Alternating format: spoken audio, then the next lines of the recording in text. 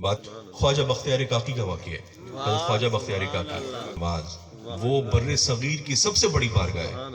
آپ ان کے خلیفہ مجاز ہیں خواجہ بختیار کاکی. آپ ان کے براہ راست خلیفہ مجاز ہیں. کتنی عظیم ہستی ہوگی جس نے غریب نواز کے ہاتھ میں ہاتھ دیا ہوگا, جو غریب نواز کے دامن سے وابستہ ہوگی, اور صرف غریب نواز اور سلطان ہند کے دامن سے وابستہ نہیں, ارے ان کے منظور نظر ہیں, ان کے نور نظر ہیں, ان کے خلیفہ مجاز ہیں حضرت خواجہ بختیار کاکی. اور خواجہ بختیار کاکی کی پھر آگے کیا شان ہے کہ آپ نے کیسے خلیفہ کیے, آپ کا فیض کیسے جاری ہوا.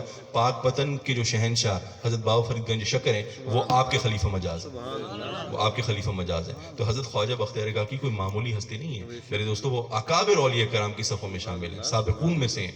تو وہ ان کا واقعہ ہے کہ آپ کی جب وفات ہو گئی تو آپ نے وصیت فرمائی کہ میرا جنازہ جو شخص پڑھائے گا اس کے اندر کچھ شرائط وہ پوری کرے, اس کے اندر کچھ وہ شرطیں پوری کرے, تو میرا وہ اس کے اندر کچھ صلاحیت اور خوبیاں ہوں گی تو میرا نماز جنازہ پڑھائے گا, یہ وصیت کی. تو آپ کی میت رکھی ہوئی تھی, لوگوں کا سمندر تھا, ٹھاٹے مارتا ہوا سمندر تھا, مخلوق خدا ٹوٹی پڑ رہی تھی, اتنی عظیم ہستی تھے, رخصت ہو گئے تو بے شمار لوگ تھے. تو جس کو وصیت کی تھی آپ نے, حکم دیا تھا, تو وہ صاحب آگے بڑھے اور انہوں نے کہا کہ بات یہ کہ حضرت نے وصیت کی تھی, وصیت ذرا آپ لوگ سن لیں. تو انہوں نے پڑھنا شروع کیا. انہوں نے کہا کہ حضرت نے یہ حکم دیا ہے کہ میری نماز جنازہ وہ شخص پڑھائے گا جس کے اندر 4 خصوصیتیں ہوں گی. میری نماز, پہلی شرط یہ ہے کہ میرا نماز جنازہ وہ پڑھائے جس کی زندگی بھر کبھی تکبیر اولا قضا نہ ہوئی ہو, کبھی زندگی بھر اس نے تکبیر اولا اس کی قضا نہ ہوئی. ذرا غور کریں کیسری شرط کیا. دوسری شرط یہ کہ اتنا پکا نمازی ہو کہ اس کی اثر کی کبھی بھی غیر موقعہ سنت قضا نہ ہوئی.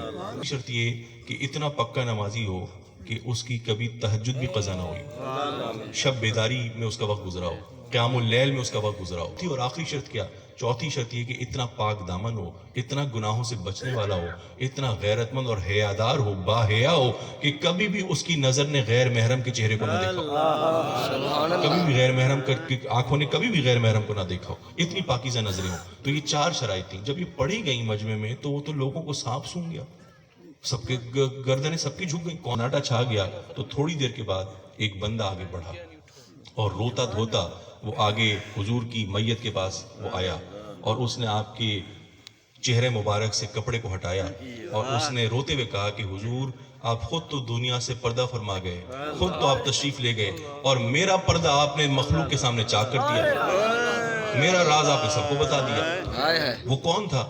وہ وقت کے بادشاہ شمس الدین التمش تھے, وقت کے بادشاہ شمس الدین التمش تھے.